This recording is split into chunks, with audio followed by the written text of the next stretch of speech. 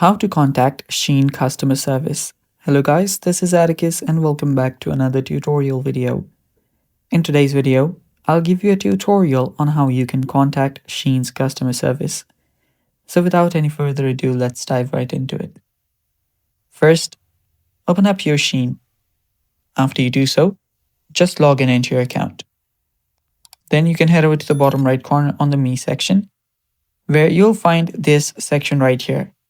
And right there, you'll also find a customer service button. Simply tap on it and you'll be prompted to this page. So here, there are different services available such as self-service and your frequently asked questions.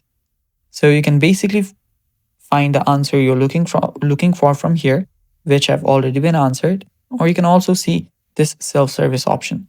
You can choose either one. And if you just want to talk to customer service, scroll down and find customer service and tap on it.